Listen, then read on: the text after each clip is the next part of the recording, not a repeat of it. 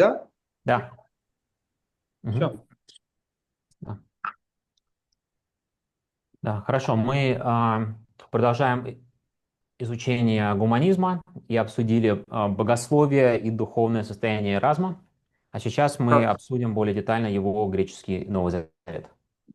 Շատ լավ, մենք ուսումնասիրեցինք հումանիզմը, ուսումնասիրեցինք Էրասմուսի հոգևոր խորհուրդները, հիմա մենք կուսումնասիրենք նրա հունարեն տեքստը, հունարեն նոր կտակարանը։ Да, значит, первое, что было услышано новость, что скоро издадут греческий Новый Завет, и издательские дома стали соревноваться, кто первый выйдет на рынок. Որ առաջին անգամ զրույց եղավ այն մասին, արդեն տարածվեց խոսքը, որ պետք է դուրս գա թողարկվի նոր կտակարանը հունարեն, արդեն տպագրատները սկսեցին միմյանց հետ մրցակցել, թե ումից է առաջինը դուրս գալու։ Да, они знали, что кто первый напечатает, тот больше всех заработает. Նրանք հասկանում էին, որ ով առաջինը սկսի տպագրելը, ամենաշատը կվաստակի։ И из-за этого издание первое было с очень большим количеством ошибок. Եվ հենց դրա պատճառով, այդ շտապողականության պատճառով առաջին թողարկությունը լի է սխալներով։ Не помогло, что издательские дома не владели греческим языком. Այսինքն քիչ էր, որ տպագրատները չէին տիրապետում հունարեն լեզվի։ И из-за этого очень простые опечатки они просто не замечали. Նրանք դրա պատճառով շատ փոքրիկ տառասխալներ կային, որոնք որ հասարակ էին, բայց նրանք չէին նկատում դա։ Да, это, в принципе, была распространенная проблема вообще опечатки. Առհասարակ դա շատ տարածված խնդիր էր։ Через где-то 100 лет будет издание в Англии, где по ошибке забудут набрать слово «нет» в одной из заповедей. Դրանից մի որոշ ժամանակ անց где? 10 заповедей? Нет, это где в Англии, в Англии. Անգլիի։ Да, да. Դրանից մոտավորապես 100 տարի հետո Անգլիայում տպագրատներից մեկում այդ խնդիրը կկրկնվի եւ 10 պատվիրաններից մեկի մեջի արգելող այդ մի արտահայտությունը, որ մի արասա, այդ մի արտահայտությունը չեն տպի։ Да, 6-я заповедь, где написано «не блудодействуйте». 6-րդ պատվիրանը, որտեղ ասում է մի շնացիր, они издали Библию без слова «не». Նրանք տպագրեցին Աստվածաշունչ, որտեղ բացակայում էր այդ մի բառը։ То есть получилось, что заповедь блудодействуйте. Այսինքն ստացվում է, որ այդ պատվիրանը ասում է շնացեք։ И, естественно, много очень людей хотели себе такую копию. Եվ բնականաբար շատերը ուզում էին իրենց համար ունենալ այդպիսի մի օրինակ։ Да, то есть такой грубой ошибки здесь не было, но было очень-очень много опечаток. Այդպիսի կոպի սխալ էստեղ չկար, այս առաջին թողարկության հետ կապված, բայց ելի կային շատ ուրիշ խնդիրներ, շատ սխալներ։ Да, у Эразма было всего лишь 8 неполных манускриптов. Էրասմոսը մոտ ընդամենը կար 8 ոչ ամբողջական այնել ձեռագրեր, в которых были места, где вообще отсутствовали стихи. Որոնցում կային անգամ հատվածներ, որտեղ անգամ բացակայում էին համարներ տեքստի մեջից։ И Эразм эти стихи перевел обратно с Вульгаты. Եվ Էրասմոսը այդ բացակայող համարները Վուլգատայից թարգմանել է հետ դեպի հունարեն։ И в нескольких местах он еще сделал ошибки грамматические, когда он это делал. Из латинского обратно в греческий, да? Да. Այսինքն, տեսեք, երբ որ հունարեն ձեռագրերի մեջ բացակայում են որոշակի համարներ, նա լատիներենը օգտագործում է որպեսզի լրացնի այդ հունարեն օրիգինալը եւ դրա պատճառով ունենում է որոշակի սխալմունքներ։ Лютер использовал уже второе издание для своего перевода. Լյութերը արդեն օգտագործեց Էրասմոսի այդ տպագրությունը իր սեփական թարգմանության համար։ Там было очень-очень много исправлений. Եվ այնտեղ նա շատ սրբագրություններ արեց, ուղղումներ արեց։ Да, но в английские переводы очень много ошибок Эразма попало и сохранилось до сих пор. Իսկ անգլերենի մեջ Էրասմոսի արած սխալներից շատ-շատերը տեղափոխվեցին եւ մինչեւ այսօր էլ պահպանվում են անգլերենի մեջ։ Да, издание короля первого Якова, King James Bible. King James-ի Աստվածաշունչը Կարոլ ներողություն Թագավոր Հակոբի այդ Աստվածաշունչը Мгм. Оно есть как бы люди, которые считают его богодухновенным, что это самая лучшая Библия в мире. այդ Աստվածաշունչը King James-ի կան անգամ մարդիկ, ովքեր որ ասում են դա հենց Աստծո շնչով է թարգմանված, Все ошибки разума остались там. բայց բոլոր Էրասմոսի արած սխալները այնտեղ մնացել են։ И есть сегодня в церквях как бы понимание доктрины, которые основаны на ошибках в этом издании, раннем издании перевода. Եվ անգամ եկեղեցիներ կան, որոնցում վարդապետություններից որոշները հիմնված են հենց այդ հատվածների վրա, որոնք միայն երևում են այդ վաղ թարգմանությունների մեջ։ Это, кстати, касается тоже многих славянских переводов. Դա իդեպ ճշմարիտ է նաև շատ սլավոնական թարգմանությունների Потому բաղրագիր, что славянские тоже на тексте Эразма основаны. որովհետև սլավոնական տեքստն էլ էլի Էրասմոսի տեքստի վրա է հիմնված։ Да, и Эразм его назвал Textus Receptus. Եվ Էրասմոսը այն անվանեց Textus Receptus, այսինքն То есть ստացված տեքստ, термин означает, что текст, который я получил. այսինքն ստացված տեքստ, այն ինչ որ ես ստացել եմ։ Люди как-то, некоторые думают, что это значит богодухновенный текст.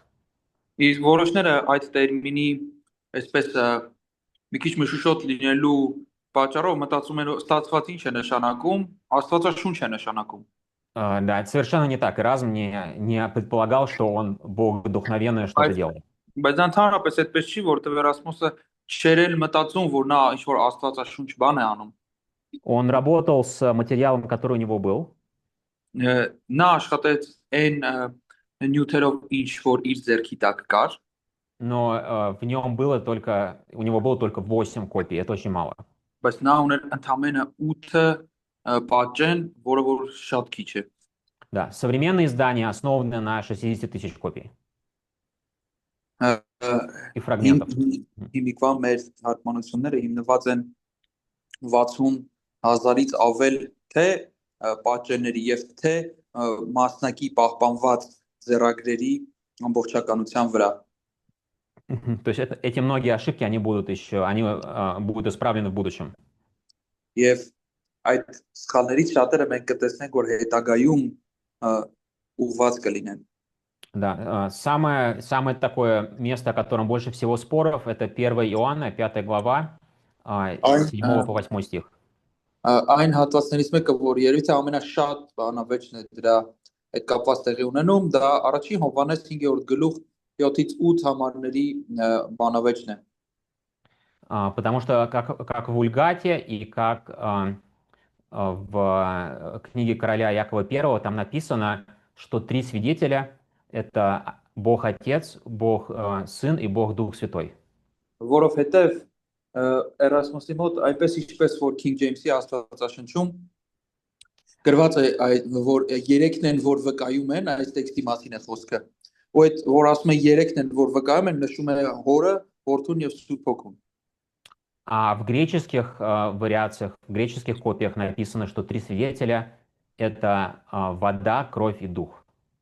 Իսկ հունական ձեռագրերում ասում է որ այդ երեք վկաները ջուրն են, արյունն են եւ հոգին են։ И это было проблемой, потому что люди говорили, здесь Троица, нельзя Троицу убирать из Библии.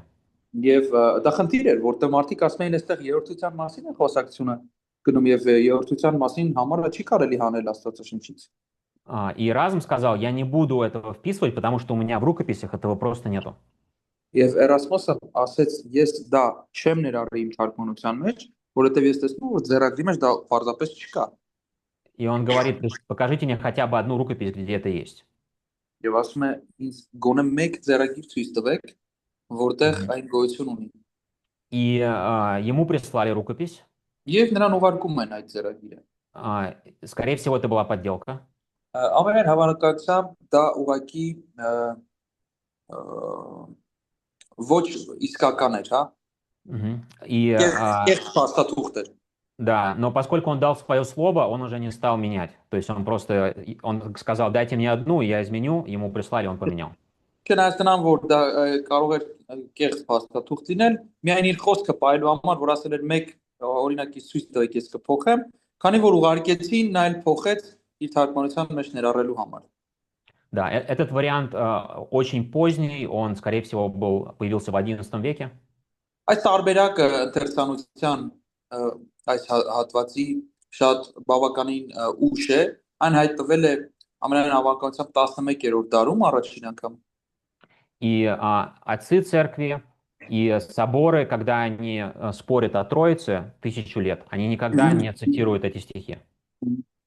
Եվ տեզրական ժողովները, եկեղեցու հայրերը, որոնք որ իրար մեջ բանավիճում են երրորդության, վարդապետության հետ կապված, մենք չենք տեսնում նրանք երբևիցե մեջբերում անեն այս հատվածից։ Они никогда не опираются на 1 Иоанна как доказательство Троицы. Երբեք նրանք չեն հենվում առաջին Հովանեսի թղթի վրա ընդհանրապես որպես երրորդության ապացույց տեքստ։ Да, и поэтому это, скорее всего, вариант, текстологический вариант, который очень поздний.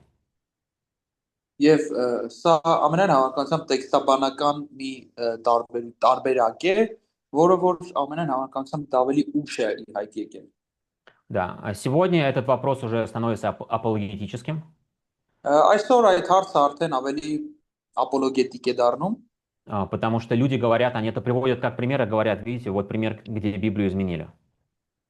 եւ ինչի համար, որովհետեւ մարդիկ կան, ովքեր որ այս հատվածը վերցնում են մեջ են բերում, ասում են, տեսեք, սա մի օրինակ է, թե ինչպես են Աստվածաշունչը փոխել։ Да. У нас есть заметки и переписка Erasmus'а. Մենք ունենք Էրասմոսի նշումները, Էրասմոսի նամակագրությունը, Он был полностью в курсе этого всего, и он понимал, что происходит. նա այդտեղից բարձ է դառնում, որ նա հասկանում էր ամբողջությամբ ինչ է կատարվում։ Мгм. Да, то есть это просто надо знать, чтобы вы понимали, что там есть сильные довольно-таки разногласия, но что они были известны тогда и их обсуждали. Սա որպեսզի դուք իմանաք, որ կան այսպիսի տարակարծություններ եւ նաեւ իմանաք, որ դրանք այն ժամանակ էլ էին հայտնի եւ այն ժամանակ էլ էին քննարկվում։ Мгм. Сам Эразм в процессе формирования этого текста сверял его с Вульгатой. Անձամբ ինքը Էրասմոսը իր տեքստի ձևավորման ընթացքում իր մոտինը համեմատել է Վուլգատայի հետ։ Да. И он заметил очень много разных проблем в переводе. Եվ ինքը նկատեց շատ տարբեր թարգմանչական խնդիրներ։ Мгм. Первый мы уже обсудили, да, это вот этот термин покаяние. Առաջինը մեկի այդ արդեն քննարկել ենք, սա ապաշխարության այս տերմինն է, На греческом покайтесь, հունարենով ապաշխարեք, на латыни совершайте покаяние. լատիներենով ապաշխարություն գործեք, ապաշխարություն արեք։ Эразм это заметил сразу. Էրասմոսը դա միանգամից նկատեց։ Потом очень необычный перевод в главе 5 Ефесянам. Հետո կա մի շատ տարօրինակ թարգմանություն Եփեսացիների 5-րդ գլխում, когда Павел описывает отношения между мужем и женой. երբ որ Պողոս առաքյալը նկարագրում է տղամարդու եւ կնոջ միջև հարաբերությունները, И он называет эти брачные отношения мустерион. եւ նա այդտեղ անվանում է ամուսնական այդ հարաբերությունները միստերիոն, Да, что означает тайна. որը նշանակում է խորհուրդ, գաղտնիք։ Иероним перевел это как сакраментум. Իսկ Հերոնիմոսը դա վուլգատայում թարգմանել է որպես սակրամենտում, что означает не тайна, а таинство. որը ոչ թե խորհրդավորություն, խորհուրդ, ինչպես գաղտնիք է նշանակում, այլ խորհուրդ այն իմաստով, ոնց որ օրինակ Քրիստոսի թողած երկու խորհուրդներն են։ То есть у католиков уже было учение о 7 таинствах. Եվ սրան հետևելով արդեն կաթոլիկների մոտ առաջացավ ուսմունք 7 այսպիսի խորհուրդների մասին։ А в Писании только два: хлебопреломление и крещение. Սուրբ գրքում կան երկու խորհուրդներ այսպիսի մկրտություն եւ հաղորդություն։ И Ефесянам 5 глава была основанием, почему брак — это таинство. Написано, вот написано таинство. Եվ իրենց պատասխանը այսպեսին է, ինչի համար է ամուսնությունը խորհուրդ, ահա տեսեք Եփեսացիներին 5-րդ գլխում գրված է։ Да, и Эразм подметил, нету такого основания, на греческом такого нету. Եվ Էրասմոսը տեսավ եւ համեմատում էր, որ ունարնում այդպեսի բան գրված չկա եւ չկա հետեւաբար 5 այդպիսի հայտարարություն անելու։ Да, еще очень грубый пример — это от Луки 1 глава 28 стих. Եվ շատ կոպիտ մի օրինակ էր Ղուկասի ավետարանում, глава, если можно еще раз.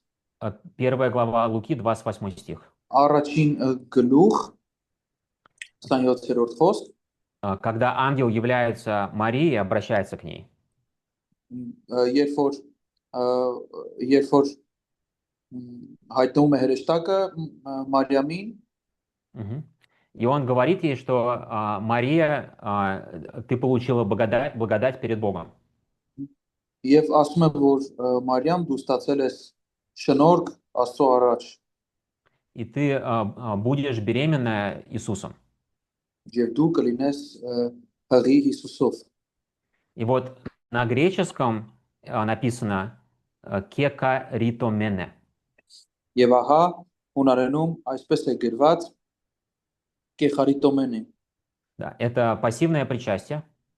Սա Да, как получившая благодать, как глагол, который используется как прилагательное. Այնպիսի ժամանակաձևով է գրած, որ դու արդեն ստացել ես այդ շնորհքը, что она получила благодать от Господа. Որ նա ստացողն է այդ շնորհքի Աստծուց։ Что Господь ей дал благодать. Այսինքն այս ժամանակաձևից ասում է, որ նա չի Աստված է տվողը այդ շնորհքից։ Շնորհընկալ, չէ՞ հայերենով էլ։ Да, а в Вульгате написано «грацио плена». Իսկ Վուլգատայում գրված է «грацио plena», այսինքն что Мария, ты полная благодати. Այսինքն Մարիամ դու լի ես շնորհքով։ Это существенное различие. Դա շատ զգալի տարբերություն է։ Потому что на основании вот этой фразы они будут говорить, что она полная благодати, поэтому есть дополнительная благодать для других. Եվ ինչու՞մ է տարբերությունը, որ եթե այսպես ընթերցենք, նրանք ասում են, որ նա այնքան լի է այդ շնորհքով, որ այդ լիությունից մնացածին էլ բաժին կա։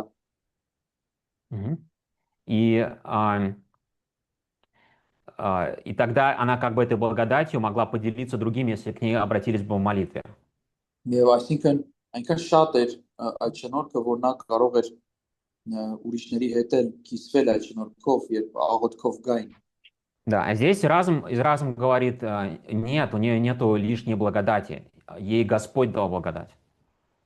Եվ այստեղ Էրասմոս ասում է, ոչ, նա չունի ավելորդ շնորհք, այստեղ Աստված է նրան այդ շնորհքը տվել։ Она от Господа получает благодать, и это в первую очередь то, что она будет беременна.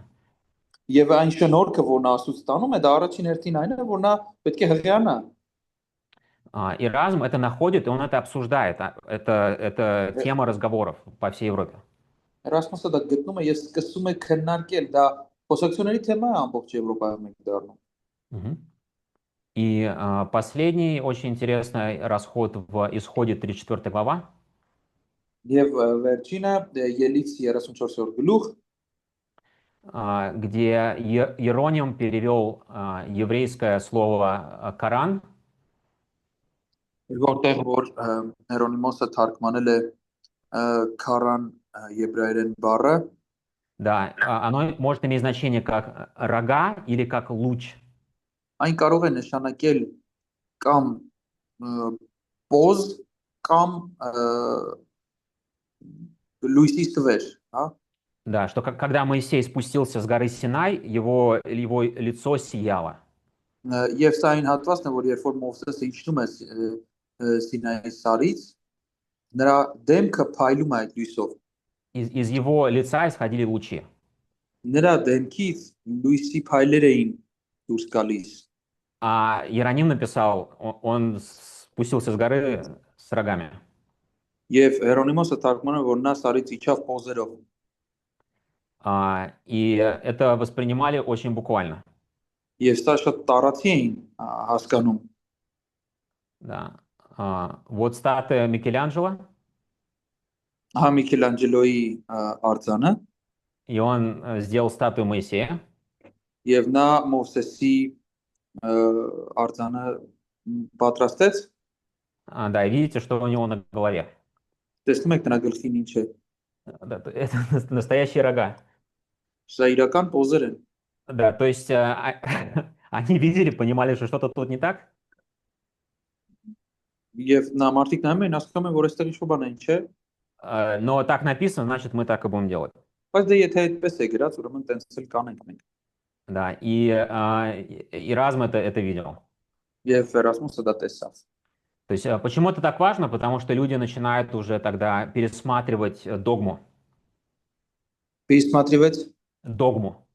Հա, ինչու է դա կարևոր, որովհետև արդեն մարդիկ սկսում են դոգմաները վերանայել, իրենց ֆիքսած հավատալիքները վերանայում են։ Да. Это довольно-таки существенные ошибки. Դա բավականին զգալի սխալներ են։ И на этих ошибках очень много богословия произведено. Եվ այս սխալների вրա շատ տարբեր աստվածաբանություններ են հիմնված։ И тогда начинают пересматривать все. То есть вот почему ad fontes, почему вот этот поток к истокам. Եվ դրա համար էլ այստեղից մենք տեսնում ենք, թե ինչի համար է այդ շարժումը ad fontes առաջ գալիս, այսինքն հետ դեպի ակունքները։ Потому что нужно все перепроверять, нужно эту работу проводить заново. Որտեղ ամեն ինչ պետք է վերանայել, պետք է ստուգել, պետք է норից անել այդ գործողությունները։ Да. То есть они видят, что у этих великих переводчиков, как Иероним, были недостатки в их знании греческого и еврейского языка. Ինչու որտեղ նրանք տեսան, որ այդ անգամ այդ մեծ թարգմանիչների մեջ ինչպեսին էր Հերոնիմոսը, քանի որ նրանք ունեին որոշակի պակաս գիտելիքի, թե եբրայերենի, թե հունարենի իրենց գիտելիքների մեջ, իրենց թարգմանություններում անկատարություններ կային։ Перевод был хороший в целом, Թարգմանությունը ընդհանրապես լավն էր, но он не был экспертным. բայց մասնագիտական չէր։ Да, то есть вот эти профессора университетов, такие как Эразм, они гораздо лучше погружены в языки, в догматику, в академию, чем их предшественники. Այսինքն պրոֆեսորները, որոնցից մեկն էր օրինակ Էրասմոսը, նրանք ավելի լավ էին խորացած այս ամենի մեջ, քան իրենցից առաջ եղածները։ И они понимают, что эти работы нужно как бы проводить заново, их нужно корректировать. Եվ նրանք հասկանում են, որ այս աշխատանքները պետք է կոռեկցիայի ենթարկվել, պետք է նորից անել։ Гуманизм, как движение, больше всего повлияло на Цвингли. Հումանիզմը ամենաշատը որպես շարժում ազդել է Ցվինգլիի վրա, Среди реформаторов. բարեկարգյանների շարքից։ Да, мы завтра будем проходить Цвингли или послезавтра. Մենք կամ վաղը չէ մյուս օրը կանցնենք Ցվինգլիի մասին։ Цвингли был гораздо более радикальным, чем остальные реформаторы. Ցվինգլին մնացած բարեկարգյաններից ավելի ռադիկալ էր, ավելի կտրուկ էր։ Он хотел пересмотреть все. Он говорит, нам нужно заново создавать вообще религию. Նա այնքան ծայրահեղ էր, որ ասում էր մենք ընդհանրապես պետք է ամեն бан վերանայենք, այն աստիճանի որ կարծես զրոյից նոր կրոն պատրաստելու պես մի բան։ Все эти вопросы, все эти решения соборов нужно пересматривать полностью заново. Այսինքն այդ ժողովների որոշումները բոլոր այն ամեն ինչ որ կա, արդեն պետք է մի հատ նորից վերանայել։ Значит, авторитет Писания основан на его красноречии, простоте и древности. Ինքն սուրբիքի եղանակությունը հիմնված է իր պատմականության, իր գեղեցկության վրա, իր բարձրության վրա։ Да, то есть гуманизм, он не основан на классическом богоцентризме. Հումանիզմ, Да. այսինքն այս հումանիզմը մարդասիրական շարժումը դասական իմաստով աստվածակենտրոնության վրա չի հիմնված։ Да, то есть здесь идет разрыв с схоластикой. Այսինքն այստեղ արդեն գնում է բաժանում սխոլաստների հետ, Да, потому что схоластика основана на Аристотеле, что все начинается с Господа. որովհետև սխոլաստները Արիստոտելի հետ համաձայն էին, որ ամեն բան Աստծուց է սկսվում։ И вся истина исходит из Господа. Եվ բոլոր ճշմարտությունը Աստծո ճշմարտությունն է։ В гуманизме авторитет человек. Իսկ հումանիզմի մեջ արդեն հեղինակությունը մարդն էր։ То есть почему человек принимает Писание? Потому что он видит, что оно прекрасно. Հետևաբար այս տեսակետով ինչի համար է մարդը ընդունում Սուրբ Գիրքը, որովհետև նա տեսնում է, որ այն հրաշալի է։ Мгм. Он видит, что оно древнее. Նա տեսնում է, որ այն անտիկ է։ Мгм. И ввиду этого реформация для гуманистов это в первую очередь процесс педагогический. Այսինքն առաջին հերթին հումանիստների համար բարեկարգությունը ավելի շատ դաստիարակչական բնույթ է կրում։ Да, то есть мы когда говорим о более глубокой ошибке, более глубоком разногласии между Мартином Лютером и Еразмом, что у Еразма не было понятия погрешимости человека. Այսինքն երբ որ մենք խոսում ենք ավելի խորքային իրենց տարաձայնությունների մասին Էրասմոսի եւ Մարտին Լյութերի, այստեղ պետք է հասկանանք, որ Էրասմոսի մոտ չկար այդ մարդկային մեղսունակության գաղափարը։ Да, что для Мартина Лютера человек крайне коррумпирован, и его воля коррумпирована. Որտեղ Մարտին Լյութերի համար մարդկային կամքը ու մարդը ամբողջությամբ ծայրահեղ աստիճանի կոռումպացված են։ Для Кальвина человек мертвый в грехах. Կալվինի համար էլ մարդը մեռած է մեղքի մեջ։ И он всегда грешит и производит идолы. Его ум это как фабрика идолов. Եվ Կալվինը ասում էր, որ նա շարունակում է միշտ մեղանչել եւ ասում էր, որ մարդու միտքը կուրքերի գործարան է։ А для реформаторов человек добрый, ему просто надо показать путь. Для реформаторов, то есть для гуманистов.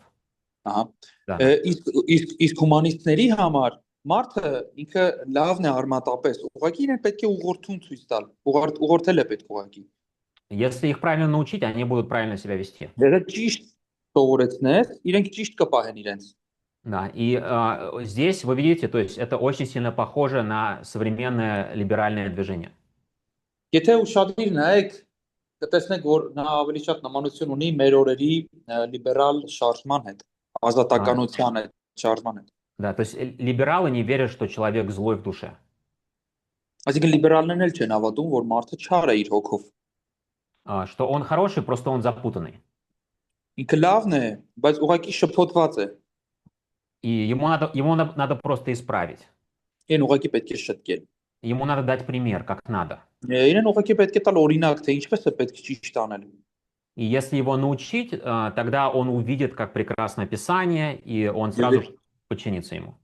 Եվ եթե նրան սովորեցնես եւ ցույց տաս, թե ինչ հրաշալի եւ գեղեցիկ է Աստվածաշունչը, նա միանգամից կուզենա ենթարկվել դրան։ Да, здесь они опирались, они находили это и среди отцов церкви такого рода подход.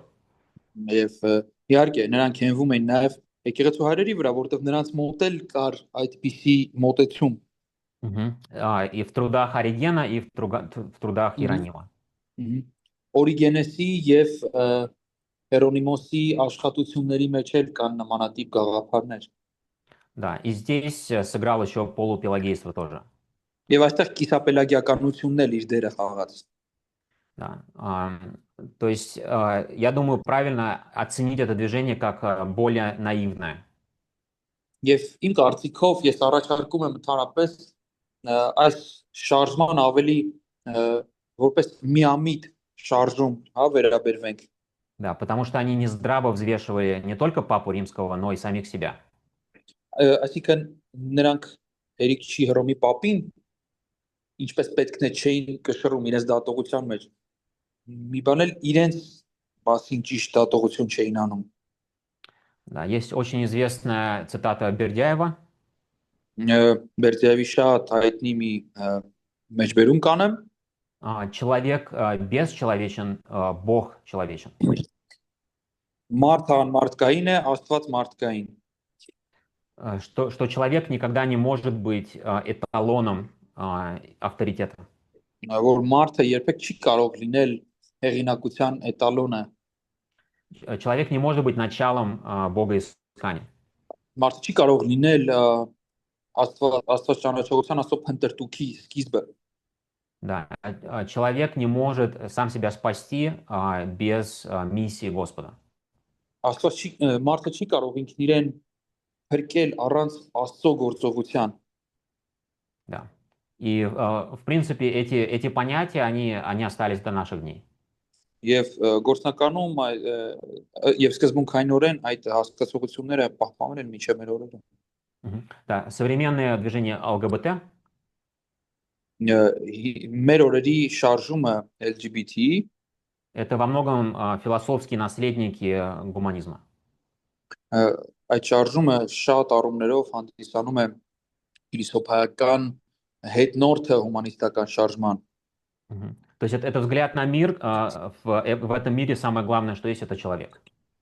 Այսինքն դա հայացք է աշխարհին, որը տեսնում է, որ մարդն է ամենակարևորը այդ աշխարհի մեջ։ Вопросы другие, но корневая разница, вот сердце движения упирается в человека.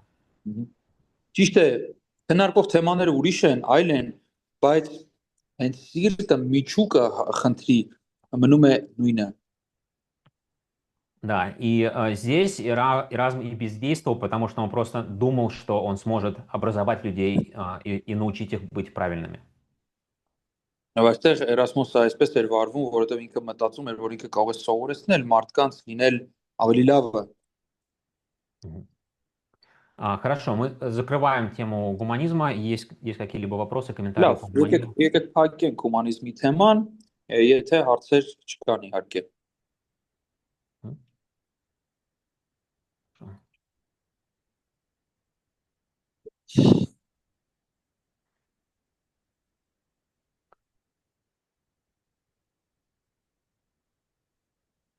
Сейчас мы сделаем быстренький обзор реформаций.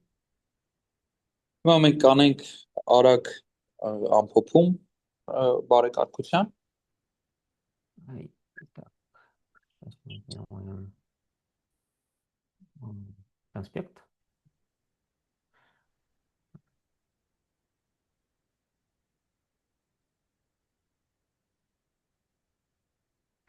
Да, то есть я надеюсь, я выложил конспект в чат, что один из основных уроков этого курса Ուղարկել եմ արդեն կոնսպեկտը մեր chat-ի մեջ, что вы будете понимать и называть европейскую реформацию не единственным числом. եւ ինչ եմ ես ուզում, որ դուք իմ նպատակն է, որ դուք այս կուրսի արդյունքում եվրոպական ռեֆորմացիան եզակի դեմքով իր մասին խոսելուց չխոսեք եզակի դեմքով։ Да, гораздо корректнее говорить о европейских реформаций во множественном числе. Ավելի ճիշտ է խոսել օգնակի թվով եվրոպական ռեֆորմացիաներ, այսինքն բարեկարգություններ։ И это был... И это был не просто культурный процесс или богословский, он затрагивал все сферы жизни. Եվ սա ոչ միայն աստվածաբանական կամ մշակութային հարցեր, սա իր տարածումը գտնում էր մարդու բոլոր կյանքի պարագաներում։ Это даже не реформация церкви. Սա անգամ եկեղեցու բարեկարգություն էլ չէր։ Это реформация всего общества. Սա ամբողջ հասարակության բարեկարգություն էր։ Это начало демократического устроя мира современного. Սա ժամանակակից աշխարհի ժողովրդավարական կարգի հիմնադրումն էր։ Это начало таких понятий, как права человека. Սա մի բանի սկիզբն էր, որ մենք հիմա կոչում ենք մարդու իրավունքներ։ Это начало таких понятий, как суд, жюри. Սա Жюри. Мгм. սա այնպիսի մի բանի սկիզբ էր, գաղափարի ու հասկացողության սկիզբ էր, որ հիմա մենք կոչում ենք դա կամ ժյուրի, Да, то есть, когда нас судят наши сверстники. այսինքն երբ որ մեր հարազատները դատում են։ Да, это построение новой системы экономики и труда. Սա մի նոր համակարգ է աշխատանքի եւ տնտեսության։ Да, мы говорили про три движения, которые предшествовали реформации. Մենք խոսացինք երեք շարժումների մասին, որոնք որ նախորդել են բարեկարգությանը, Вальденсы, վալդենսիականները, Лолларды и Гуситы. դոլարներն ու հուսականները, Еще до того было монашеское движение, մինչ այդ վանականների շարժումներ, которое само реформировалось несколько раз, որը որ ինքնին բարեկարգվել է մի քանի անգամ, и которое потом оказывало огромное влияние на всех будущих деятелей церкви. եւ որը որ ունեցել է հետագա ապագա գործիչների, եկեղեցու գործիչների վրա շատ մեծ ազդեցություն, В том числе на Мартина Лютера, потому что он был монахом. այդ թվում նաեւ Մարտին Լյութերի վրա ունեցել ազդեցություն, որտեղ ինքը վանական էր։ Да, потом мы увидели попытки канцеляризма. Հետո եկան կանցելյարիզմի փորձերը, Это желание церкви саму себя исправить. սա իրենից ներկայացնում է եկեղեցու ցանկությունը ինքը իրեն բարեկարգել, угել Через дебаты и через согласие. բանավեճերի եւ փոխադարձ համաձայնությունների միջոցով։ Мы еще увидели появление антиклерикализма. Մենք անգամ տեսանք հակա այսպես քահանայության շարժման սկիզբը, Да, то есть это недоверие духовенству. այսինքն սա արտահայտում է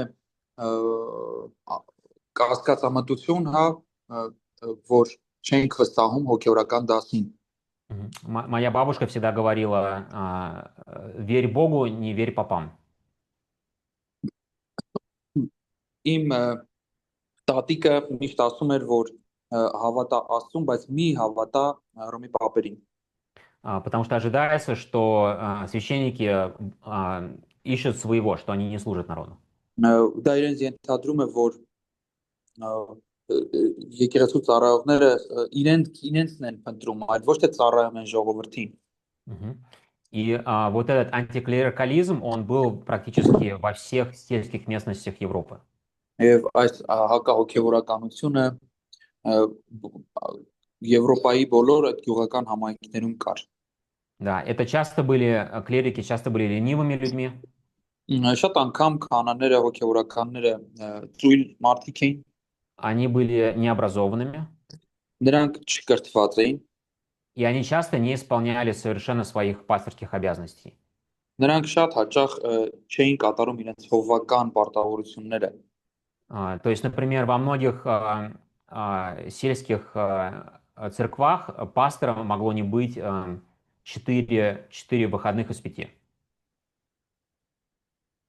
Անգամ շատ գյուղական համայնքներում հովիվը կարող էր 5 հանդիպումից 4-ը բաց թողել։ И они не совершали хлебопреломления. Եվ նրանք հացի կոտրելը չէին անում։ Они не были на месте, когда надо было хоронить людей. Նրանք տեղում չէին, երբ պետք էր մարդու թաղում անել։ Да, они не давали людям исповедь, потому что их не было на месте, чтобы принимать исповедь. Նրանք չէին կարող մարդկանցից խոստովանություն վերցնել, որովհետև նրանք ուղղակի տեղում չէին, որ մարդիկ իրենց խոստովանեին։ Да, и еще, кстати, в эту эпоху перестали людям давать в руки вино. Եվ իդեպ սա այն դարաշրջանն էր, որտեղ որ դադարեցին մարդկանց ձեռքը տալ գինին։ То есть сегодня до сих пор в католичестве хлебопреломление это только кусочек хлеба и все, вина не дают. Եվ այսպես մինչև օրս կաթոլիկության մեջ հաղորդության ժամանակ ժողովրդի ձեռքն է հասնում միայն հացի կտորը, գինի չեն տալիս։ Это частично потому, что боялись в средние века, что христианин прольет кровь Христа. Եվ սա միջին դարերում շատ հաճախ ասոցացումներ են նրա հետ, որ մարդիկ վախենում էին, որ քրիստոնյան ուղղակի Քրիստոսի արյունը կթափվի։ Но на самом деле все гораздо проще. Это просто дорого, и это работа. Բայց իրականում ամեն ինչ ավելի պարզ է, դա ուղղակի թանկ է նստում եւ ուղղակի աշխատանք է պահանջում։ Поэтому вино просто убрали с хлебопреломления. Դրա համար էլ ուղղակի գինին հանեցին հաղորդության այդ ծիսակարգից։ Да, и сотни лет католики в Европе преломлялись без вина вообще. Եվ հարյուրավոր տարիներ եվրոպացիները կաթոլիկ եվրոպացիները ընդհանրապես հացի կոտրել մասնակցել են առանց գինու։ Естественно, когда христиане становятся более осознанные, начинают читать книги, Բնականաբար, երբ որ քրիստոնյաները դառնում են ավելի գիտակից, կարդում են գրքեր, их это очень злит, их очень обижает то, что как с ними իրեն обходятся. իրենց դա շատ բարկացնում է, որովհետև իրենք տեսնում են, թե իրենց հետ ինչ կերպ են վարվել։ И те, кто читают, понимают, что индульгенция – это великое зло. Եվ այն մարդիկ, ովքեր որ կարդում են, հասկանում են, որ ինդուլգենցիան դա մեծ չարիք է։ Мгм. Следующая предпосылка была еще это схоластицизм. Հաջորդ նախաքայլն էր սխոլաստականությունը։ Да, схоластика – это движение, университетское движение в Европе. Այն իրից ներկայացնում է համալսարանական շարժում Եվրոպայում։ И появляется первое систематическое богословие. Եվ որտեղից որ առաջանում է առաջին համակարգված աստվածաբանությունը։ И в систематическом богословии люди находят очень серьезные разногласия между отцами церкви.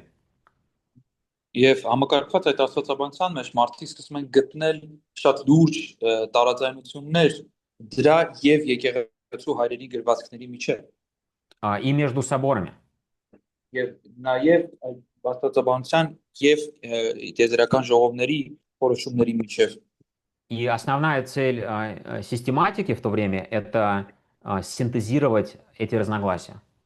Եվ այդ ժամանակվա սխոլաստների խնդիրն էր ուղղակի համակարգել եւ հաշտեցնել այդ տարաձայնությունները։ Да, то есть работа студентов – это им дают тезис, Այսինքն ինչում ներկայանում աշակերտների գործը, նրանց տալիս էին թեզիսը, а потом антитезис. հետո տալիս էին հակաթեզը, И их задача – это объяснить, как и то правильно, и то правильно. եւ ուսանողների խնդիրն այն էր, որ նրանք պետք է բացատրեին, թե ինչպես է եւ мега ճիշտ եւ մյուսը ճիշտ։ Это называется диалектикой. Դա անվանում է դիալեկտիկա։ То есть это как разговор между двумя позициями. Դա կարծես զրույց երկու դիրքերի միջեւ, который должен привести к общему синтезу. որը որ պետք է վերջում բերի ընդհանուր սինթեզի, այսինքն հաշտության։ Тезисы Лютера – это шаг схоластики. Լյութերի 95 թեզիսները դրանք իրենցից ներկայացնում են սխոլաստականության քայլ։ То есть он говорит, вот мои тезисы. Այսինքն Լյութերն ասում է, ահա իմ թեզիսները, И он говорит, давайте ваши антитезисы. եւ բերեք ձեր հակաթեզիսները, որ տեսնենք։ И давайте сделаем синтез. Եվ եկեք միասին անենք այս սինթեզը, հաշտեցումը, И синтез будет правильным. եւ սինթեզը կլինի արդեն ճիշտ։ Да, и вот эта система диалектическая, которая уже существует 500 лет, Եվ այդ դիալեկտիկ համակարգը, որ արդեն 500 տարի է գոյություն ունի, это пространство, в котором разворачивается реформация. դա հենց այն միջավայրն է, որում որ իր գործունեությունն է ծավալում բարեկարգությունը։ Да. Хорошо, это мы закрываем предпосылки. Есть какие-либо вопросы, комментарии по Նախնական предпосылкам? մասը փակում ենք, եթե կան հարցեր, Եսաջան, այս բանի, այս սխոլաստիկաների ժամանակ այս սիստեմատիկ աստվածաբանությունը, որ առաջա գալիս, դասախոսը ոնց է մտածում լավ գրքեր են արժի ընթերցել։ Սխոլաստների գրքերը։ Այս ժամանակ օրինակ որ սիստեմատիկը առաջ հասկացա։ այսինքն որ համեմատում ենք հիմիկվա բագասլովները, չգիտեմ, ասենք դեմա Բերկոֆա կամ բան ոնց է էլի։ Если взять работы с Холастов того времени, как вы думаете, стоит ли нам читать это сейчас? Ну, это нам полезно будет? Систематически имею в виду это. Да, То стоит. есть наряду с Крудом, Берков, можно? Мгм. Да, стоит. Ну, во-первых, если вы, допустим, зайдете в философию, Այո, արժի եւ առաջին հերթին ասեմ, որ երբ որ դուք մուտք եք գործում փիլիսոփայություն, вас заставят всех вот этих троих читать. ձեզ կստիպեն, որ այդ բոլոր երեքին կարդաք։ Да, то есть Фому Аквинского и Дунса Скотуса и Уильяма Թոմաս Окама. Ակվինացուն, Դան Սկոտուսին եւ Ուիլյամին Օքեմից։ Сегодня один из основных принципов философии – это лезвие Окама. Այսօր հիմնական փիլիսոփայության այդ գաղափարներից մեկն է Օքեմի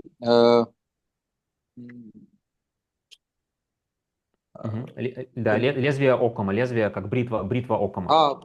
բառը հայերեն չեմ հիշում։ Ածելի, Օքեմի ածելին, դա գաղափար է փիլիսոփայական։ То есть это принцип, где сказано, что не умножайте причин без необходимости. Սա մի սկզբունք է, որտեղ ասում է, որ հարցի լուծման ժամանակ մի շատացրեք փաստարկները, եթե դրան անհրաժեշտությունը անմիջական չկա։ То есть если у вас есть два объяснения чему-то, одно простое, другое более сложное, Այսինքն ինչ է ասում, եթե դուք մի հարցին ունեք երկու պատասխան, մեկը պարզ луծում է, մյուսը բարդ, и они включают в себя доступную информацию, то есть и то объясняет все, что знаем. եւ այդ երկուսն էլ իրենց մեջ առանձին պարունակում են բավարարաչափ տեղեկատվություն, то более простое объяснение правильное. Այդ բaragայում արդեն պարզ луծումը ճիշտ է։ Это базовый принцип философии. Սա հիմքային սկզբունքներից է փիլիսոփայության։ Он самый актуальный сегодня, можно сказать. Ինքը այս принципը հիմա շատ ամենաերևի թե օգտագործվողն է հիմա։ Да, у нас сегодня проблема и в христианском мире, и вообще в мире конспирология. Մենք էլ հիմա քրիստոնեական մեր աշխարհում կասպիրոլոգիայի աշխարհում ունենք խնդիր։ Да, и если бы люди знали труды Окама и его принципы, Եվ եթե այդ խնդիրների ֆոնին մարդիկ իմանային Օքեմին եւ իր աշխատությունները, это не было бы такой бы острой проблемой. այդ խնդիրները չէին լինի այդքան սուր խնդիրներ։ Да, он это применял к богословию, но это в любой сфере жизни. Ճիշտ է, անձամբ նա դրանք կիրառում էր, այդ մեթոդները կիրառում էր աստվածաբանությանը, բայց դա կիրառելի է կյանքի ցանկացած ոլորտի վրա։ Если вы изучаете этику, современную этику, Եթե դուք հիմիկվա մեր ժամանակյա էթիկան ուսումնասիրեք, да, вам придется читать Фому Аквинского. դուք ստիպված կլինեք կարդալ Թոմա Ակվինացուն, потому что он синтезировал четвертую этическую систему. Четвертую? Да, четвертую, да. Четвертую, нет, можете продолжить. Он синтезировал четвертую этическую систему этики. Ինքը 4-րդ էթիկայի 4-րդ սիստեմն է սինթեզի բերել, հա, հաշտեցրել։ Есть древняя этика достоинства. Կա արժանապատվության անտիկ էթիկան։ Да, есть этика на принципах. Կա էթիկան սկզբունքայնությունների վրա։ Есть этика утилитарная, то есть на результатах. Կա ուտիլիտար էթիկա, որը կենտրոնանում է նրա վրա թե ինչ է դուրս գալիս վերջում։ Есть четвертая система Фомы Аквинского. Չորրորդն էլ Թոմաս Ակվինացու սիստեմն է։ Да, то есть когда мы говорим о том, что правильно, особенно в сложных вопросах. Այսինքն այս համակարգում երբ որ մենք խոսում ենք թե ընդհանրապես ինչն է ճիշտ նամանավանդ դժվար հարցերում, приходится возвращаться в эти источники и их читать. մենք ստիպված ենք լինում արդեն այս աղբյուրներին վերադառնալ ու կարդալ։ Да, поэтому они полезны. Դրա համար այո, դրանք օգտակար են։ Да, то есть, если человек первый раз читает систематику, лучше взять современную. Այսինքն եթե մարդը առաջին անգամ է կարդում համակարգված ասոցիացիան, ավելի լավ է վերցնի ժամանակակիցը, Потому что там вопросы, которые к нам ближе. որովհետև այնտեղ քննարկում են հարցեր, որոնք որ մեզ մոտ են ավելի։ Да, но более глубокие, более сложные вопросы, которые актуальны тысячи лет, которые классические, приходится отступать назад и читать более древние труды. Բայց այն խնդիրները, որոնք որ դասական խնդիրներ են համարվում, ոնց մասին որ մարդիկ քննարկել են, զրուցել են հազարավոր տարիներ, այդ խորը թեմաների խնդիրներին անդրադառնալու եւ լուծումները գտնելու համար դուք ստիպված կլինեք հետ գնալ եւ այդ հին աշխատությունները կարդալ։ Да. Но еще есть такой момент, знаете, сегодня сначала в школе изучают Ньютона, а потом только Эйнштейна. Եվ այսպիսի բան էլ կա հիմա դպրոցում սկզբից անցնում են Նյուտոնի մասին, հետո նոր Էյնշտեյնի։ То есть мы знаем, что Ньютон совершил серьезные ошибки в физике. Մենք գիտենք, որ Նյուտոնը շատ լուրջ սխալներ է արել ֆիզիկայի մեջ, Но система хорошая, и она понятна, ее легко выучить. բայց քանի որ համակարգը հասկանալի է եւ ճիշտ է, Да, поэтому есть в этом польза. դրանում կա օգուտ, Да, и иногда легче начинать как бы с даже плохой системы, чтобы потом понять лучшую. եւ ժամանակ առ ժամանակ պատահում է, որ ավելի лավ է սկսել վատ համակարգից, հետո անցնել լավին, որպեսզի հասկանալ թե որն է լավագույնը։ Да, то есть мы изучаем католичество, чтобы понять свою систему лучше. Այսինքն մենք ուսումնասիրում ենք կաթոլիկությունը, որպեսզի մեր համակարգը ավելի լավ հասկանանք։ Да, это так же, как и физики. Сначала изучают Ньютона, а потом Эйнштейна. Այնպես ինչպես ֆիզիկոսները սկզբից ուսումնասիրում են Նյուտոնին, հետո նոր Էյնշտեյնին։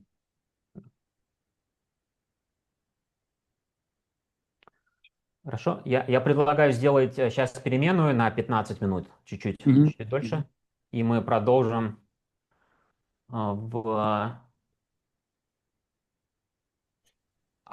как у нас по времени получается? В 1:50 мы должны закончить, да? Можем идти тогда вперед?